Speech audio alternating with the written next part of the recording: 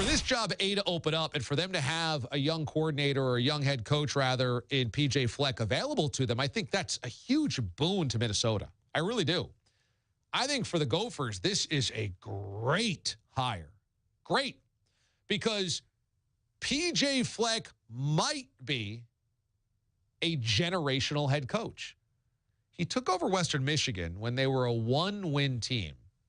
And in 4 years, 3 years, took them to 13-0 and a New Year's Six bowl game. I mean, that just never happens.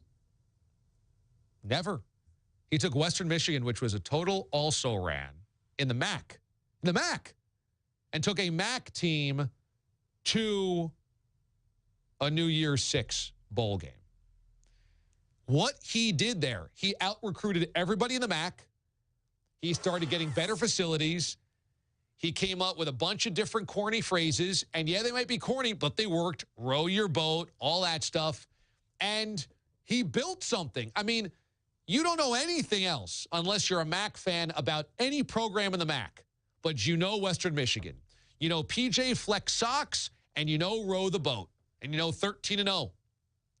He took something out of nothing and made something identifiable with it. Now, some people might not like that he is a little in your face. He's a little splashy. He is an attention-grabbing guy. But you know what? At that level, you have to do stuff like that.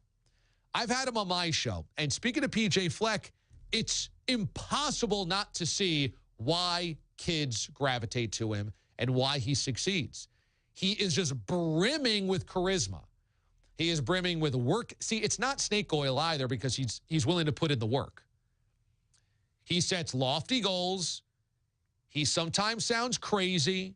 He sometimes sounds irrational, but he sets really lofty goals, and he just says, we're going to go get them. And I don't care if you laugh at me. We're going to go do them, and he's going to put in the work.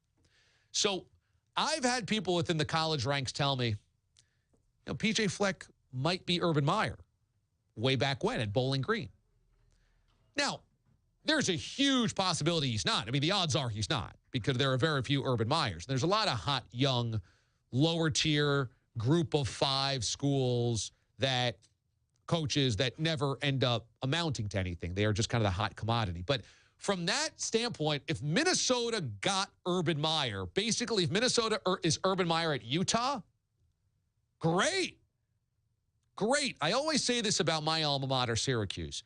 Syracuse fans, my SU friends and alumni, the fan base is always paranoid that we're a, quote, stepping stone for better programs. Yeah, that's best case scenario, man. And unless you've got somebody like Jim Boeheim that wants to be a lifer at your school because he grew up in the area as a fan, as an alum, if you are under the Ohio States and the Alabamas and the Michigans and the USCs, if you're under them and the Texases, the best thing you can be is a stepping stone.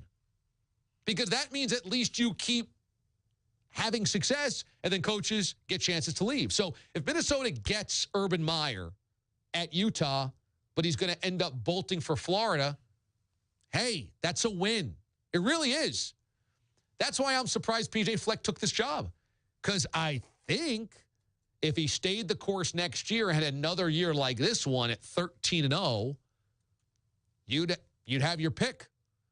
I mean, I do. Now, maybe you can't go from Western Michigan to USC, but if Texas A&M fired Kevin Sumlin next year, you're telling me that they wouldn't at least ask about P J Fleck? If you have jobs at that level open, I think that would be a possibility for him. So that's why I was surprised he took that job, because I think next year he'll have better options. But maybe you strike while the iron's hot, and maybe as an upper Midwest guy, you go, this is not that tough a transition for me. I've already got all of my recruiting bases around the upper Midwest. Maybe it's just an easy plug and play for him. And maybe he even goes, hey, we've got a 9-win team here. I can just keep winning. And that side of the Big Ten doesn't have Ohio State or Michigan in it, or Penn State, so good for me. Maybe that's what he's looking at. But I think that's a huge win for Minnesota. especially considering 3 weeks ago or 2 weeks ago, we were like, boy, that program's on fire right now, and not in a good way, like dumpster fire, like in flames. Now you get a really good, hot commodity young coach to take over after a lot of controversy.